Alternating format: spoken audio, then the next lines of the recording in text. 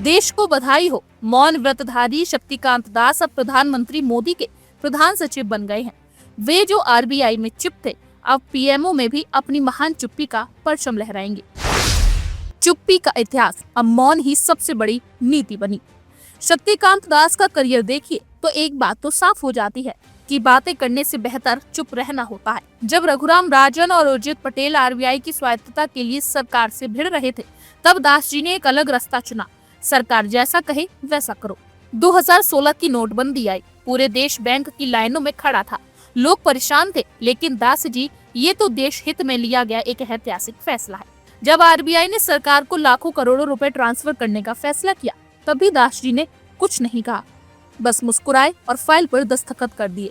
जब जीडीपी गिर रही थी, तो भी दास जी शांत थे। मीडिया वाले पूछते रहे, लेकिन दास जी का जवाब मौन स्वीकृति लक्षणम, यानी चुप रहो तो सबको लगेगा कि आपने सरकार की बात मान ली है। सरकार जो कहे वही सही, नीति की सफलता। आप सोच रहे होंगे कि शक्तिकांत दास की सबसे बड़ी योग्यता क्या है? सरकार के हर फैसले को बिना सवाल की समर्थन देना। 2019 में आरबीआई ने 1.76 लाख करोड़ रुपए सरकार को दे दिए। किसी और गवर्नर के होते तो हंगामा हो जाता, लेकिन दास जी, अगर सरकार चाहती है तो इसमें जरूर कोई देश हित होगा। मुद्रास्फीति यानी इन्फ्लेशन बढ़ी, रोजगार बढ़ी, लेकिन दास जी शांत रहे। ये तो सरकार की रणनीति का हिस्सा था ना। मौन की महिमा, प्रधानमंत्री का आशीर्वाद। अब यह समझिए कि शक्तिकांत दास का मौन व्रत उन्हें कितना बड़ा इनाम दिला गया।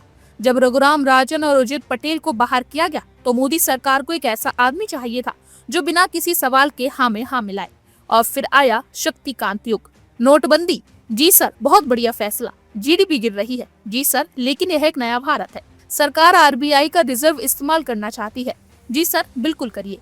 अब इतनी आज्ञाकारिता के बाद पुरस्कार तो बनता था ना, और वो पुरस्कार मिला प्रधान सचिव का पद।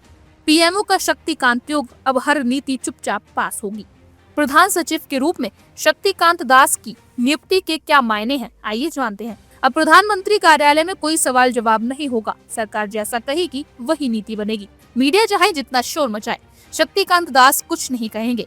भक्त और धर्म मौन में ही निहित होता है। सरकार चाहे आरबीआई के सारे फंड्स निकाल ले, अब कोई विरोध नहीं करेगा। दिल्ली की राजनीति में क्या नया अध्याय, नौकरशाही का नया फॉर्मूला। अब सवाल उठता है कि अगर नौकरशाही को चुप रहकर बड़े पद मिलेंगे, तो फिर बाकी लोग क्या करेंगे? क्या अब नए अफसरों को यूपीएससी में मौन का पेपर देना होगा? क्या आईएएस आईपीएस ट्रेनिंग में चुप्पी साधना की क्लास शुरू होगी? क्या अब हर नीति बिना बहस के लागू होगी?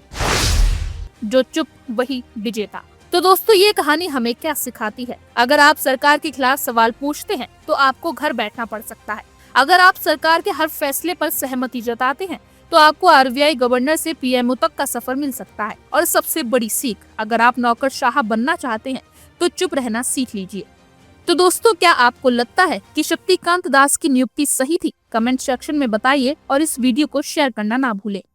लेकिन इस दास साहब के टाइम में आपने देखा कि लगातार पैसे की कीमत गिरती चली जा रही है, और वो डॉलर जो 56, 57, 58 रुपए का हुआ करता था, वो बढ़कर के 86 रुपए से ऊपर चला जा रहा है।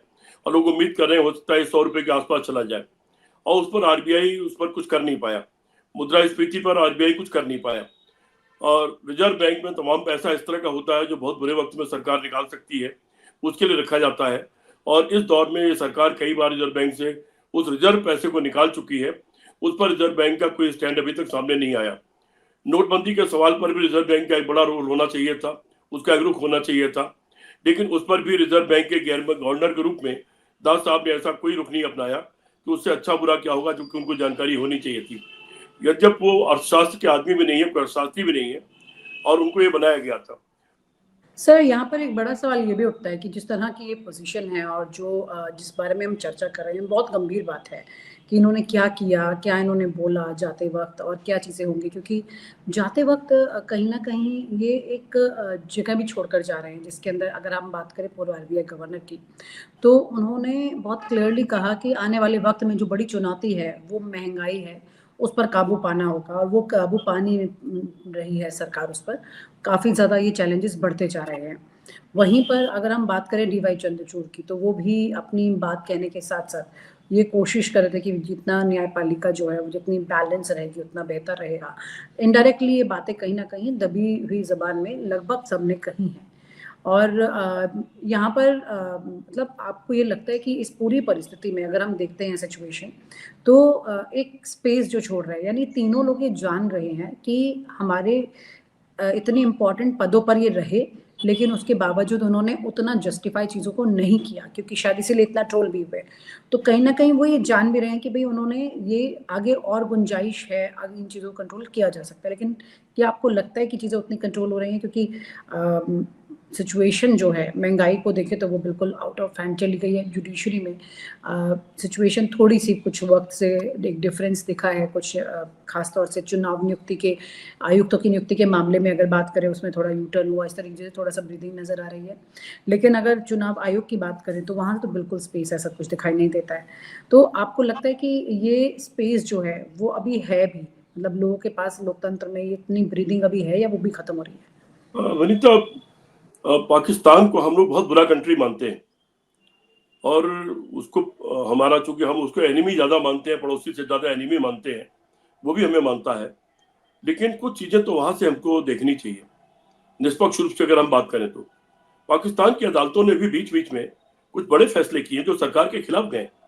जो जो फैसले हुए हैं, जिसको लगता है कि फैसले हुए, और तमाम ऐसे मुद्दों, चाहे वहां पर गुरुद्वारे का पर हमला करना हो, चाहे मंदिर को तोड़ देना हो, या और बहुत सारे फैसले इस तरह के हैं।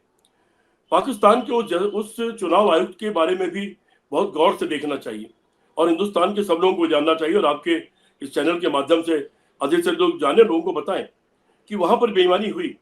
वहां पर भी एक, जैसे यहाँ फॉर्म 17 होता है, वैसे वहां शायद फॉर्म 46 शायद है वो, कि आप जिस पोलिंग बूथ पर आप बैठते हैं, वहां जो वोट होता है, उस वोट के बाद में शाम को जब वोट सब खत्म होता है, तो वो लिख करके दे देते हैं। वहां काउंटिंग वहीं पर होती है, पोलिंग बूथ पर ही काउंटिंग होती है, और काउंटिंग के बाद वहीं का कागज मिल जाता है कि किस पोलिंग बूथ पर किसको कितना वोट मिला, और वो वोट अलग तरह से पड़ा। इमरान के समर्थित जो लोग चुनाव लड़े थे, वो फॉर्म 46 या 47 जो भी है, उसमें वो तमाम लोग उस जगह जीते। लेकिन हर जगह जबरदस्ती उनके खिलाफ वाले लोगों को फौज के दबाव में जीता हुआ घोषित करना पड़ा।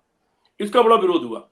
अंततः एक चुनाव आयुक्त सामने आए पाकिस्तान के, उन्होंने आकर के एक प्रेस कॉन्फ्रेंस किया और उन्होंने इस सारी चीज को कबूल किया कि हमने तमाम लोगों को गलत तरीके से हराया है, और मेरी जो आत्मा है, आत्मा तो शब्द नहीं इस्तेमाल किया उन्होंने, अपनी कॉन्शियस, उन्होंने कहा कि वो मुझे गवाही नहीं देती, मुझे बड़ा शर्मिंदा कर रही है, और मैं चाहता हूं मैं आज ये पद से इस्तीफा दे रहा हूं और मुझको भरे चौराहे पर फांसी में लटका दिया जाए।